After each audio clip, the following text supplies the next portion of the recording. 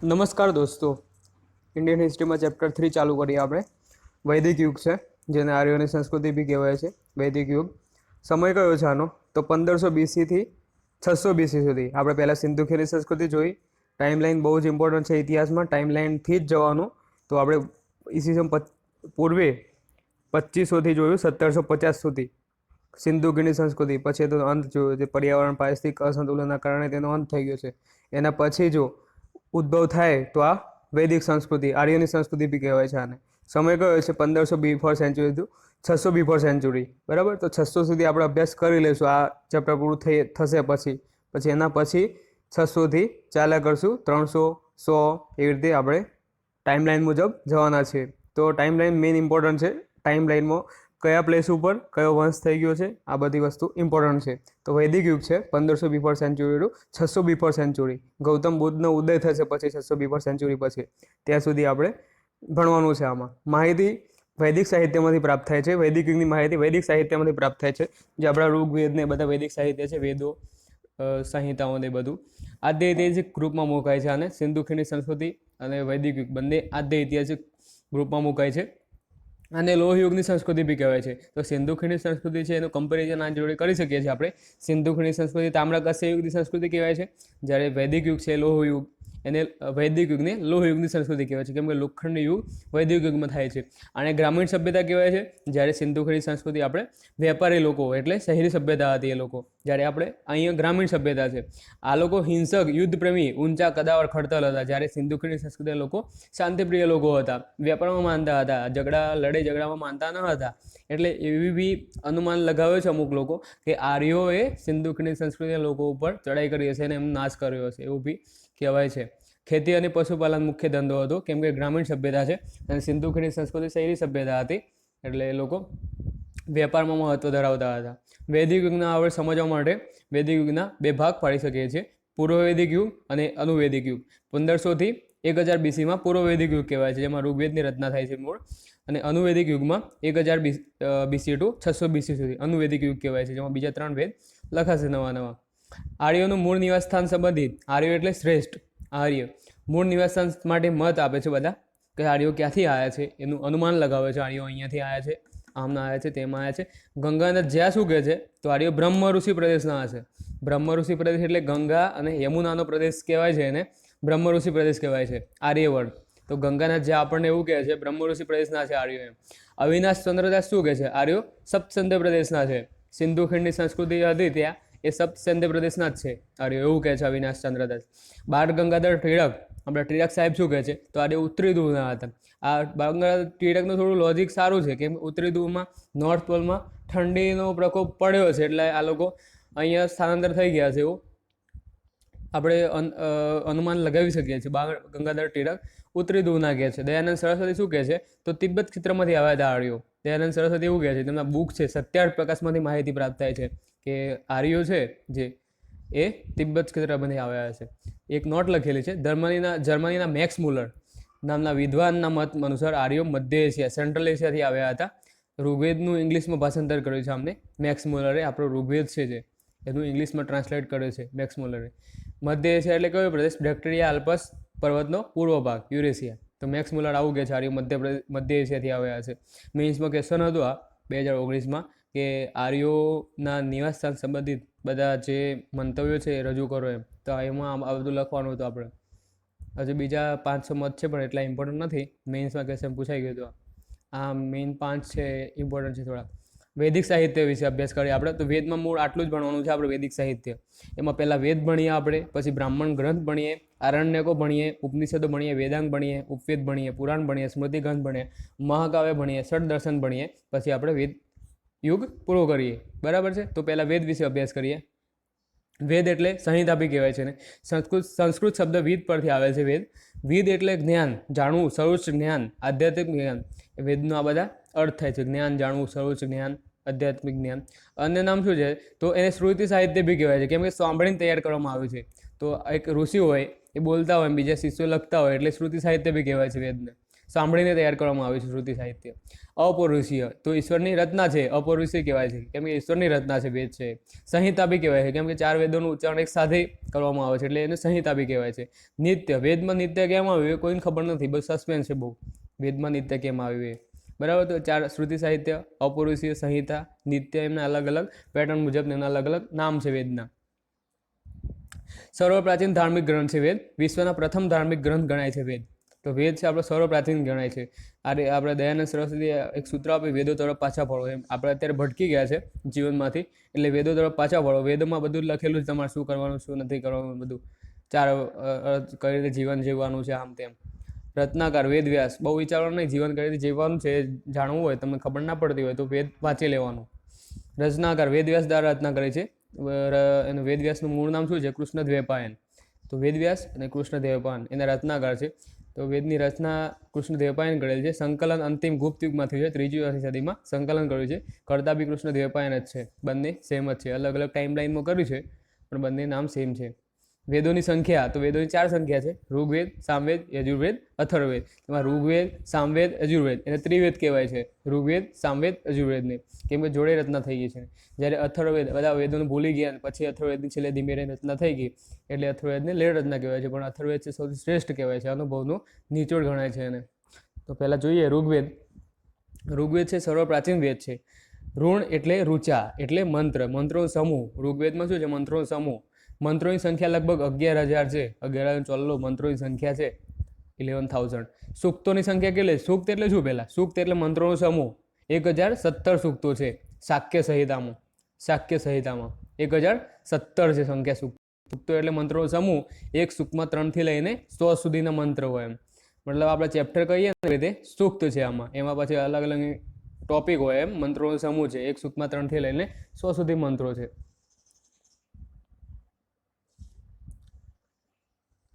માંડલ છે, હવે ચેપ્ટર. માંડલ એટલે ચેપ્ટર. તો 10 ચેપ્ટર છે ટોટલ ઋગ્વેદમાં. સૂક્તોની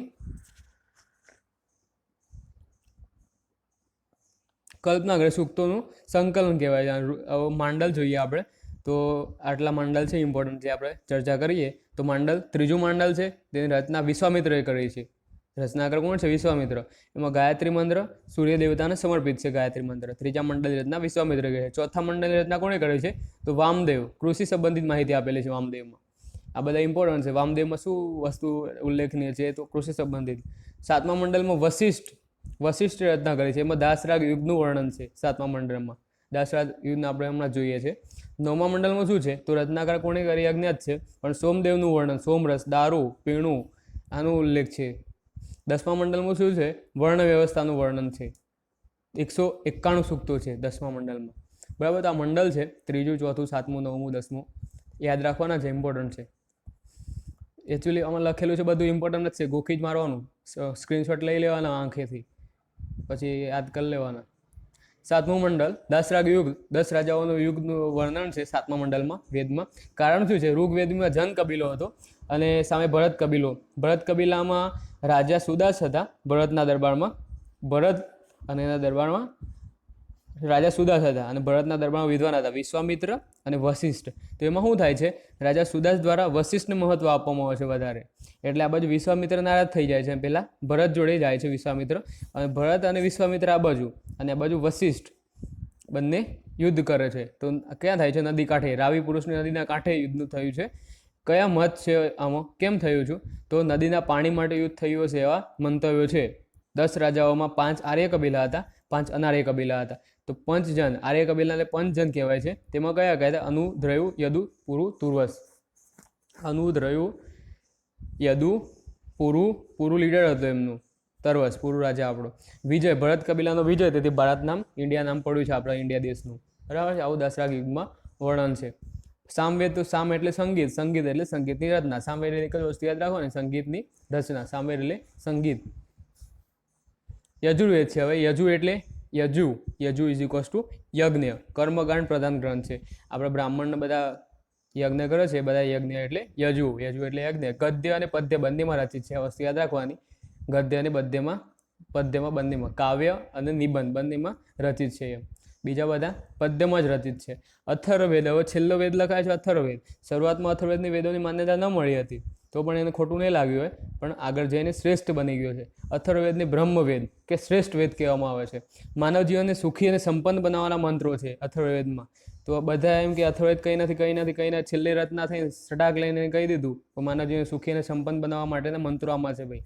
વિષય શું છે? તંત્ર મંત્ર, જાદુટોના, ભૂત પેટ, ઓમ ક્લીમ ક્લીમ સ્વાહા એ બધા અથર્વવેદમાં છે. આ બધું યાદ રાખવાનું. ક્લીમ ક્લીમ સ્વાહા એટલે અથર્વવેદ યાદ આવવું જોઈએ. તંત્ર મંત્ર, જાદુટોના, ભૂત પેટ, રોગ નિવારણ, વશીકરણ, અતિવૃષ્ટિ વગેરે. પૃથ્વીનો વાસ્તવિક પાક નષ્ટ છે, બરાબર? વાસ્તવિક પાક નષ્ટ અથર્વવેદ છે, આપણે જોઈ લીધો. તો આપણે જોયું વેદમાં શું શું સમાવેશ થાય છે. તો રત્નાકર છે વેદ, અલગ અલગ નામ છે વેદના, સર્વ વેદોની સંખ્યા 4 છે. પછી એમાં ઋગ્વેદમાં મેક્સિમમ વડે યાદ રાખવાનું છે 10 મંડળ છે. ઋગ્વેદ એટલે ઇમ્પોર્ટન્ટ વેદ છે. પછી સામવેદ, અથર્વવેદ, યજુર્વેદમાં થોડું ઘણું યાદ રાખવાનું કયું વર્ણન છે, એમ કયા વિષયનું વર્ણન છે, એવી રીતે, બરાબર. બ્રાહ્મણ ગ્રંથ છે. હવે વેદો પછી રચના થાય છે બ્રાહ્મણ ગ્રંથની. વિષય શું છે? તો વેદોને વ્યવસ્થિત સમજવા માટે આની ગદ્યમાં રચના થઈ છે. પેલા વેદો છે બધા પદ્યમાં રચિત છે. સિમ્પલી યજુર્વેદ છે એ ગદ્ય પદ્ય બંનેમાં રચિત છે, પરંતુ બીજા બધા પદ્યમાં રચિત છે, એટલે આપણે ગદ્યમાં લેખિત જોઈએ. કાવ્ય તો કોઈ સમજાય નહીં. વેદોની ટીકા પણ કહેવામાં આવે છે બ્રાહ્મણ ગ્રંથોને. બ્રાહ્મણ ગ્રંથો વેદોની ટીકા પણ કહેવામાં આવે છે. તો જોઈ લઈએ ઋગ્વેદ, સામવેદ, યજુર્વેદ અને અથર્વવેદના બ્રાહ્મણ ગ્રંથો કયા કયા છે, આપણે અભ્યાસ કરીએ. તો ઋગ્વેદ છે એના ઐત્રેય અને કૌશિદકી એના બ્રાહ્મણ ગ્રંથો છે. એમાં રાજ્યતત્વની વિચારધારણા 4 વર્ણોનું કર્તવ્ય લખેલું છે અંદર ઋગ્વેદમાં. સામવેદમાં શું છે? તો તાંડવ અને જૈમિની એના બ્રાહ્મણ ગ્રંથ છે સામવેદના. તાંડવ અને જૈમિની. યજુર્વેદ ગદ્ય પદ્ય બંનેમાં રચિત છે. તૈત્રેય અને શતપથ એના બ્રાહ્મણ ગ્રંથ છે. કૃષિ સંબંધી પ્રક્રિયા અને મિની ઋગ્વેદ કહેવાય છે, બરાબર. કૃષિ સંબંધી પ્રક્રિયાઓ છે આમાં. અથર્વવેદનો કયો છે? તો ગોપદ. સિમ્પલી અથર્વવેદ એટલે ગોપદ. તો બ્રાહ્મણ ગ્રંથો યાદ રાખવાના છે, ગોખી મારવાના છે. ઋગ્વેદના ઐત્રેય કૌશિદકી છે. સામવેદનો તાંડવ અને જૈમિનીય છે. યજુર્વેદનો તૈત્રેય અને શતપથ છે, જ્યારે અથર્વવેદનો ગોપદ છે, બરાબર. તો આપણે જોયું બ્રાહ્મણ ગ્રંથો. હવે આરણ્યક જોઈએ. આરણ્યક બ્રાહ્મણ ગ્રંથો બાદ રચના, કયા બાદ કઈ રચના થાય છે એ વસ્તુ યાદ રાખવાની છે, બરાબર. એ વસ્તુ બી પૂછાય છે કે આના પછી શું રચના થઈ, નામ શું રચના થઈ, એવું બધું. આરણ્યકો બ્રાહ્મણ ગ્રંથો બાદ રચના છે. અર્થ શું થાય છે? વન, આરણ્યક એટલે શું થાય? વન, ઉપવન, જંગલની પુસ્તક, આ બધું રચના થાય છે. વિષય શું છે? દર્શન. એનો વિષય દર્શન છે. સર્વપ્રાચીન દાર્શનિક ગ્રંથ છે આ. વૈદિક વિષયોની આલોચના, પક્ષી, બલિ, કાંડ વચકેની આલોચના કરવા, બરાબરની આલોચના કરી નાખે છે. જેમ કે વેદોમાં આવું બધું રચ્યું છે, તો એના વિરોધી આરણ્યક ગ્રંથ છે. જ્ઞાન, તપ અને કર્મ પર જોડ આપ્યું છે.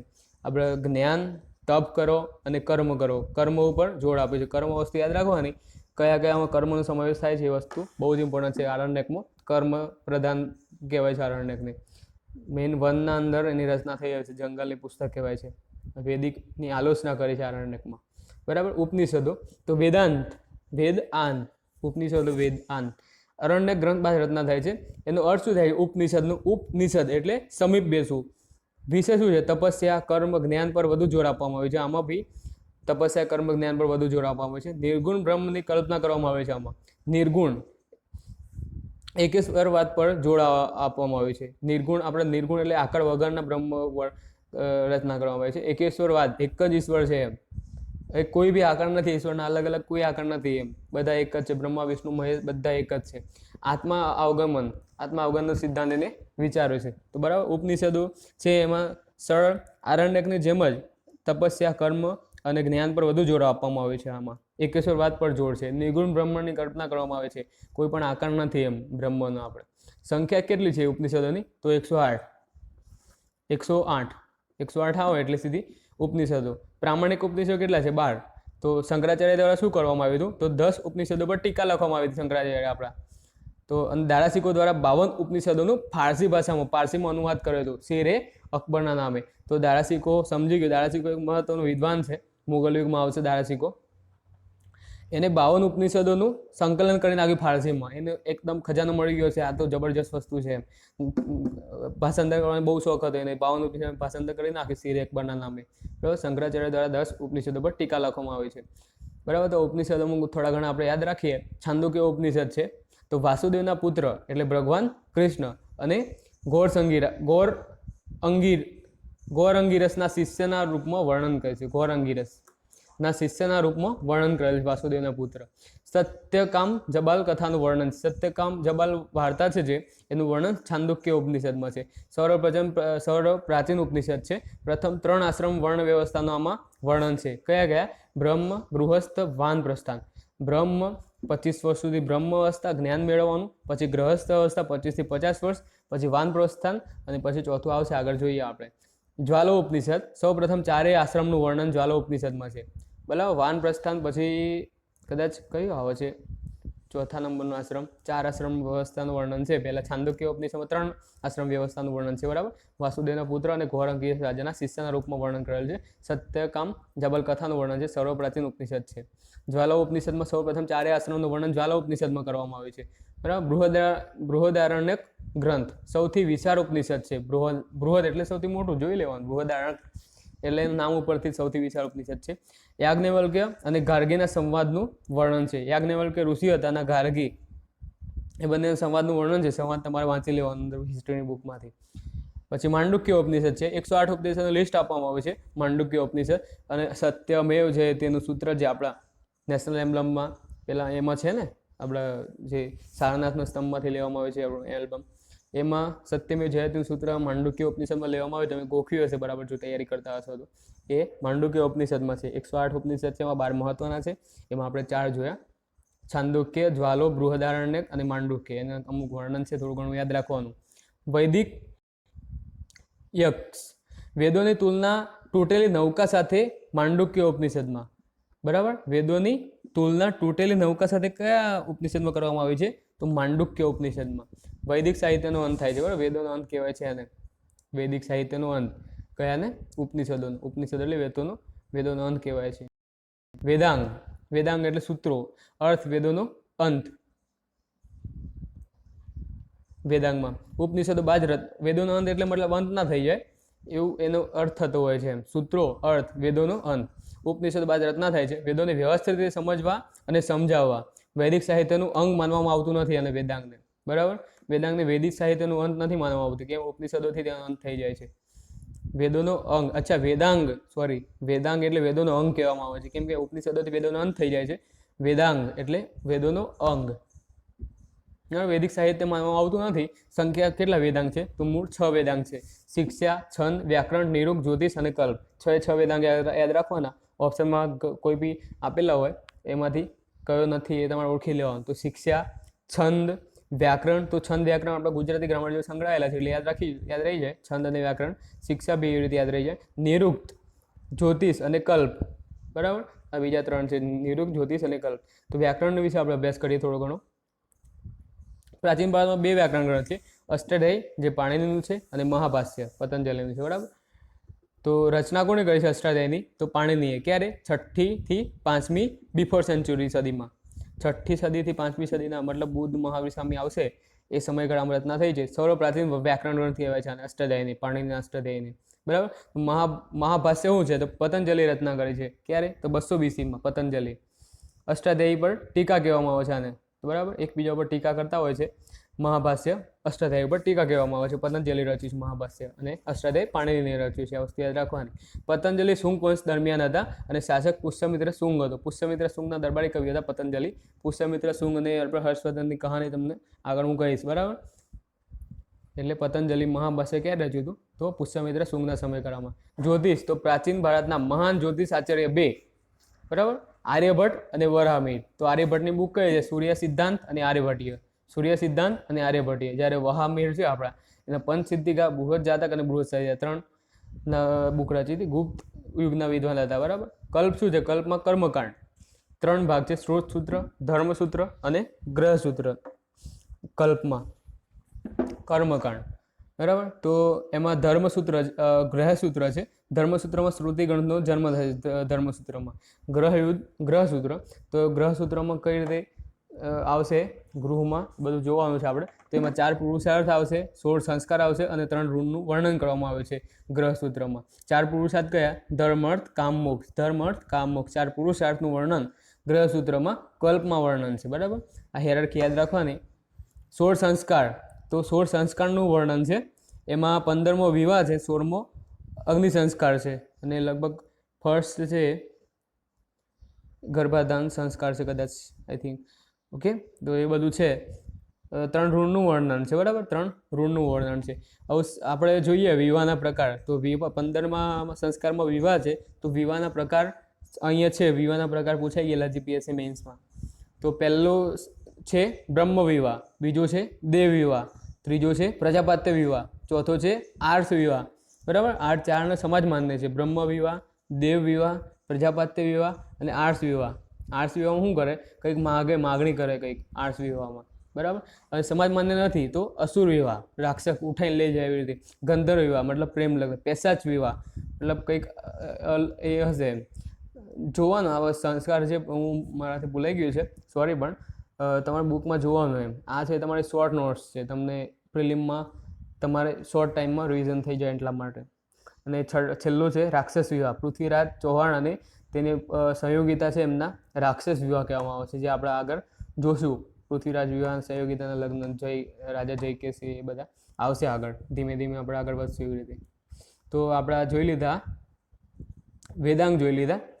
વેદાંગમાં 6 વેદાંગ છે: શિક્ષા, છંદ, વ્યાકરણ, નિરુક્ત, જ્યોતિષ અને કલ્પ. એમાં આપણે રચના જોયું, એમાં વિશેષ વ્યાકરણ જોયું, જ્યોતિષ જોયું, કલ્પ જોયું, અને કલ્પમાં આ બધા સ્ત્રોત સૂત્ર, ધર્મસૂત્ર, ગ્રહસૂત્ર એનું વર્ણન છે એ બી જોયું. તમારે નોટ્સ બનાવી દેવાની એટલે તમને યાદ રહી જાય, ગોખવા માટે કામ લાગે.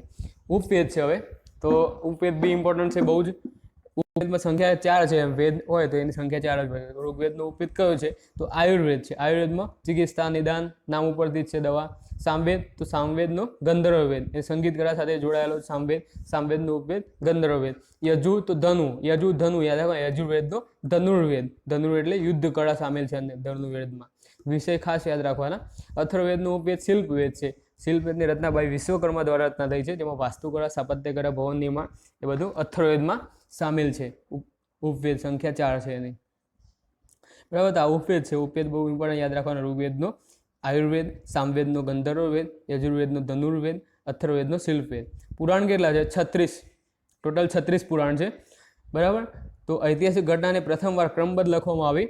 પંચવેદ પણ કહેવામાં આવે છે, પંચમ વેદ પણ કહેવામાં આવે છે. સંખ્યા ટોટલ 36 છે, પણ 18 મોટા છે અને 18 નાના છે. એવી રીતે 36 ટોટલ પુરાણ આખ્યાન.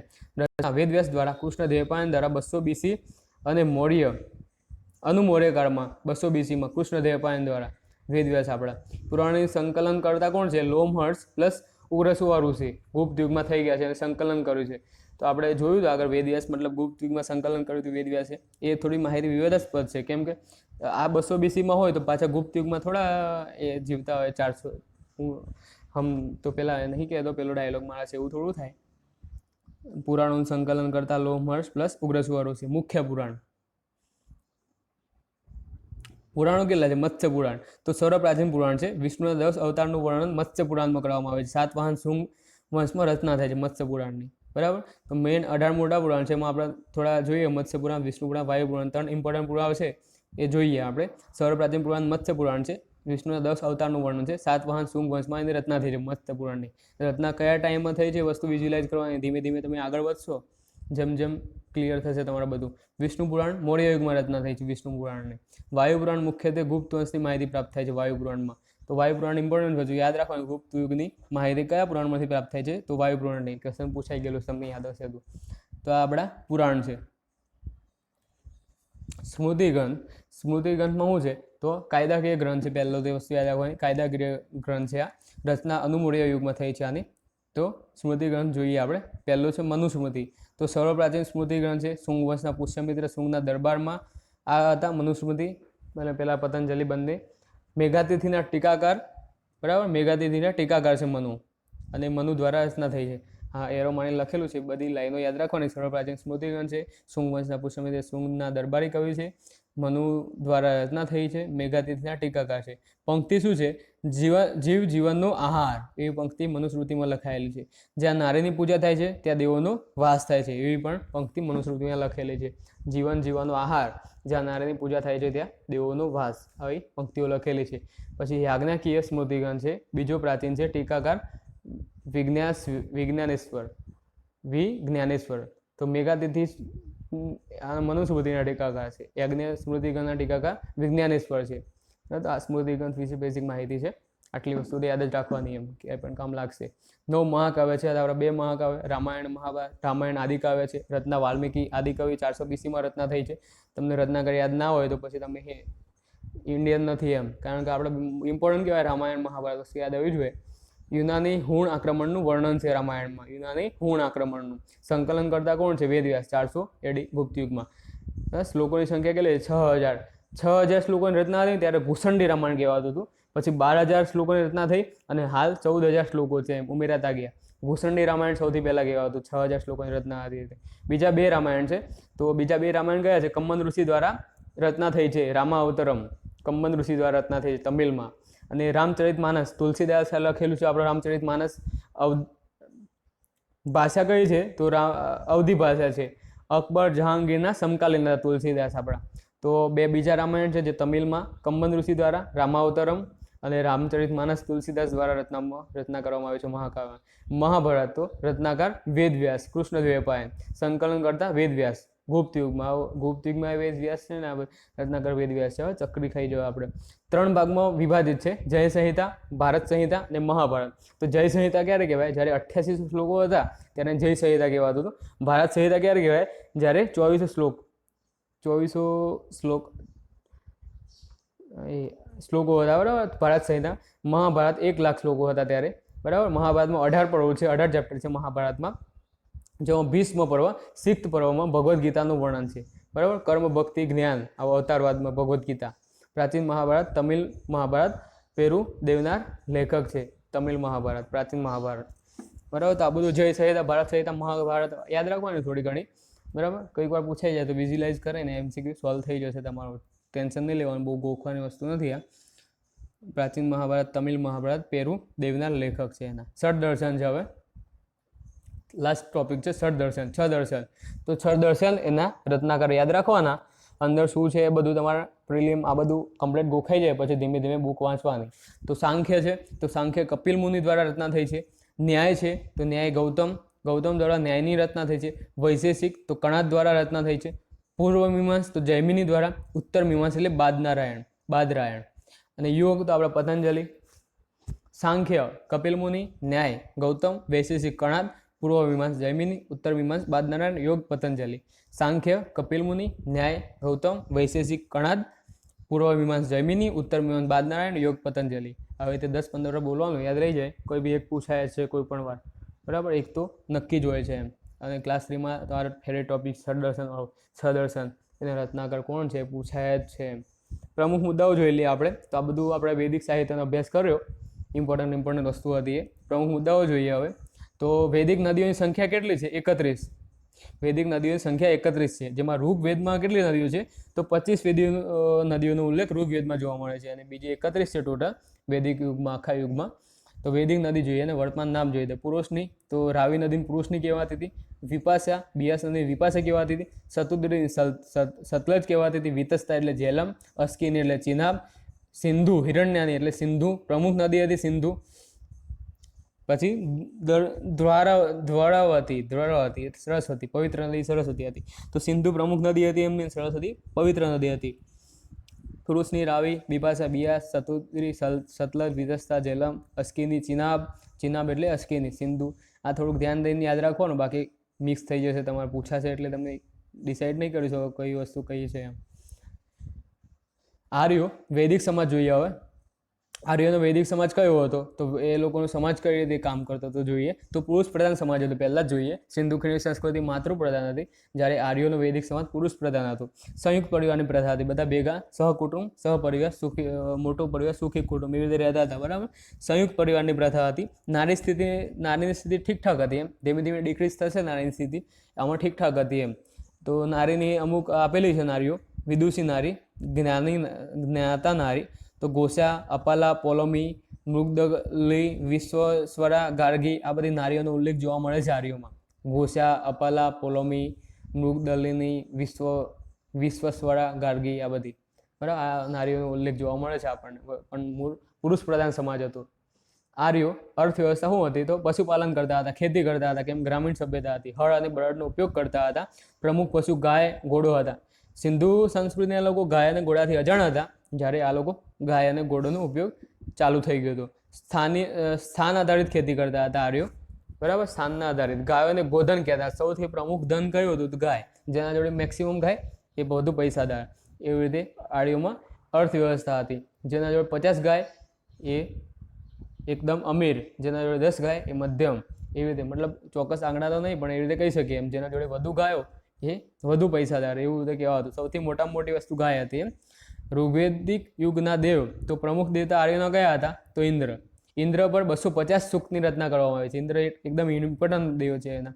ઇન્દ્રને પુરંદર એટલે કે શહેરોને બરબાદ કરનાર કહેવામાં આવે છે. બીજો નેતા નહીં, પણ એમનો દેવ નેતા અગ્નિ 200 સૂક્તની રચના કરી છે, બરાબર. ત્રીજો નેતા કોણ છે? વરુણ.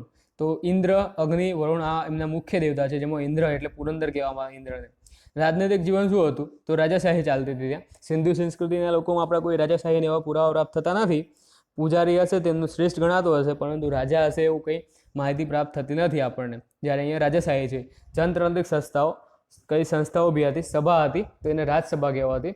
ઉચ્ચ કુળના વ્યક્તિ આમાં બેસતા હતા સભામાં. અને જેમ આપણે રાજ્યસભા છે એવી રીતે વૃદ્ધ લોકોને વૃદ્ધ લોકો બી ભાગ લેતા હતા, ગરડા બધા સભામાં. એટલે આપણી રાજ્યસભા જેવી સભા હશે એમને, ઉચ્ચ કુળની વ્યક્તિ. સમિતિ બી હતી. સમિતિ આપણે લોકસભા જોઈ લઈએ, તેમાં કબીલાની સભા કહેવામાં આવતી. સામાન્ય માનવી ભાગ લેતા હતા લોકસભામાં, લોકોના જનપ્રતિનિધિઓ ભાગ લેતા હશે. જ્યારે રાજ્યસભામાં ચૂંટાયેલા વિધાનસભામાંથી બધા ભાગ લે છે એવી રીતે. તો સભા સમિતિ હતી. દ્વિદત બી હતી. સમય જતો નાશ થઈ ગયો દ્વિદતનો. નારી પણ ભાગ લઈ શકતી હતી. વિદત એક જ સંસ્થા આવી હતી જેમાં નારી ભાગ લઈ શકતી હતી શરૂઆતમાં. આમાં જ લોકસભા મતલબ સમિતિ અને રાજ્યસભાનો ઉદ્ભવ થયો હતો. આમાંથી જ આ બધી વ્યવસ્થા હતી જ સભા સમિતિની, એમાંથી જ ઉદ્ભવ થયો હશે એવું કહેવામાં આવે છે. એટલે આપણા વેદ, અંગ્રેજોએ આપણા વેદનો અભ્યાસ કર્યો હશે અને પછી આપણું આવી રીતે સભા સમિતિ એ લોકોના વિચારમાં હશે, બરાબર. આ યુગમાં પશુઓ માટે યુદ્ધ થતા હતા. અનુવેદિક યુગના દેવ કયા છે? બ્રહ્મા, વિષ્ણુ, શિવને રુદ્ર કહેવામાં આવતા. આ યુગમાં પશુઓ માટે યુદ્ધ થતા હતા, કેમ કે આ લોકો યુદ્ધમાં બહુ કરતા હતા, લડી ઝઘડીને લઈ લેવાની એવી રીતે, બરાબર. તો આ આપણા રાજનૈતિક જીવન વિશે માહિતી મેળવી. અર્થવ્યવસ્થા, વૈદિક સમાજ, નોટ્સ બનાવજો તમે, બહુ ઇમ્પોર્ટન્ટ વસ્તુ છે, કામ લાગી જાય છેલ્લે રિવિઝન માટે, કેમ કે આખો ઇતિહાસનું રિવિઝન બહુ અશક્ય વસ્તુ છે. તમારે છેલ્લા 10 દિવસનું રિવિઝન કરવું હોય તો નોટ્સ કામ લાગે તમારે, બરાબર. તો આપણે જોઈ લઈએ એકવાર, ઓવરવ્યૂ લઈ લઈએ. તો વૈદિક યુગ વિશે અભ્યાસ કર્યો, તેના 2 ભાગ પાડ્યા હતા આપણે. ગંગાનાથ જ્યાં એ બધા આપણે જોયા. વૈદિક સાહિત્ય વિશે અભ્યાસ કર્યો, જેમાં 10 વસ્તુ વિશે અભ્યાસ કર્યો. 4 વેદ હતા એમાં, બરાબર. 10 મંડળ હતા ઋગ્વેદમાં. ચર્ચા કરી આપણે. સામવેદ વિશે ચર્ચા કરી. યજુર્વેદ વિશે અભ્યાસ કર્યો. અથર્વવેદ, છેલ્લો અંતિમ વેદ તંત્ર મંત્ર જાદવ તોરણા વિશે અભ્યાસ કર્યો. બ્રાહ્મણ ગ્રંથો વિશે, જે વેદો પર ટીકા, વેદ પછી અનેકો વિશે ચર્ચા કરી આપણે, બરાબર. બ્રાહ્મણ ગ્રંથો પાસે રચના કરી હતી એની. વૈદિક વિષયોની આલોચના કરવામાં, આરણ્યક ઉપનિષદોની રચના કરી. વેદોનો અંત કહેવામાં, વેદાંત કહેવામાં આવે છે ઉપનિષદોને, બરાબર. બીજા છાંદોક્ય ઉપનિષદ, જ્વાલા ઉપનિષદ, બૃહદારણ્યક ગ્રંથ, માંડુક્ય ઉપનિષદ, આ બધા ઉપનિષદનો અભ્યાસ કર્યો. વેદાંગનો અભ્યાસ કર્યો. વેદાંગ એટલે વેદોનો અંગ, જેમાં મિસ્ટેક થઈ ગઈ હતી આપણે વેદોનો અંત સમજી બધા એ વિશે અભ્યાસ કરી. જેમાં શિકરણ, નિરૂપ, જ્યોતિષ, કલ્પ એવા વેદાંગ. ઉપનિષદ વિશે, પુરાણો વિશે ચર્ચા, પુરાણ, મત્સ્ય પુરાણ, વાયુ પુરાણ, સ્મૃતિ ગ્રંથો વિશે, મનુસ્મૃતિ, યાજ્ઞિક સ્મૃતિ, મહાકાવ્ય વિશે, દર્શન વિશે ચર્ચા કરી. પ્રમુખ મુદ્દાઓ વિશે અભ્યાસ કર્યો આપણે. તો થેન્ક યુ. આઈ થિંક બહુ જ હેલ્પફુલ થશે તમને, આશા છે. ઓકે.